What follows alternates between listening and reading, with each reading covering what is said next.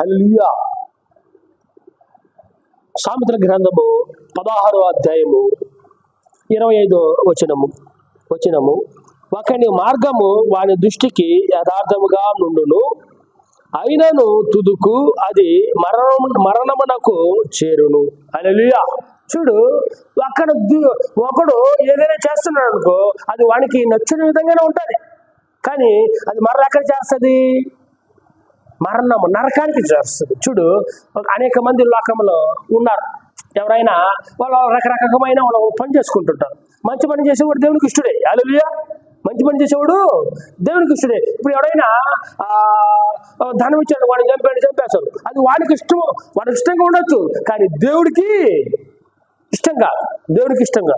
అనేక మంది ఒకరి పట్ల మోసం చేయవచ్చు, అది వాడికి ఇష్టంగా ఉండొచ్చు, కానీ దేవునికి ఇష్టం కాదు. చూడు, ఈ లోకంలో మన నచ్చిన విధంగా బతికేవచ్చు, లోకంలో నచ్చిన విధంగా బతికేవచ్చు, కానీ అది దేవునికి ఇష్టం కాదు. మనం ఎలా ఇష్టంగా ఉంటే దేవుడికి ఇష్టమంటే, చూడు ఇక్కడ ఒకని మార్గము వాడి దృష్టికి యథార్థముగా కనబడును, అయినను తుదకు అది మరణమునకు చేర్చు. మనము ఇది కరెక్ట్ అని చేయాల్సి ఉంటాం, కానీ ఇది ఎంతవరకు కరెక్ట్ కాదా ఒకసారి గమనించాలి. ఇది దేవుడికి ఇష్టం కాదా సార్ మనం గమనించుకొని దేవుళ్ళ ముందుకు వెళ్తున్నాం.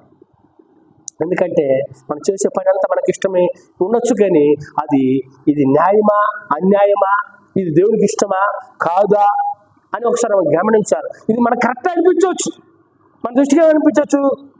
వాడిని కొట్టేస్తాం, అది నాకు కొట్టాలనిపించి కొట్టేసా, కానీ అది ఎవరికి ఇష్టం కాదు. అది ఎలా చేయడం? దేవునికి ఇష్టం. దేవునికి ఇష్టమే కాదు కాబట్టి దాన్ని శిక్ష ఉంటారు. తుదకు ఏమవుతుంది? అది మరణానికి చేరుస్తుంది, నరకములో ఏపిస్తుంది. నువ్వు దేవునికి ఇష్టమే లేదు కాబట్టి ఎక్కడ పోతాం మనము? నరకానికి. హల్లెలూయా. కరెక్ట్గా లేదు కాబట్టి ఎక్కడ పోతాము? నరకానికి చేస్తుంది. అది తుదకు ఏమవుతుంది? మరణమునకు చేర్చుతుంది. హల్లెలూయా.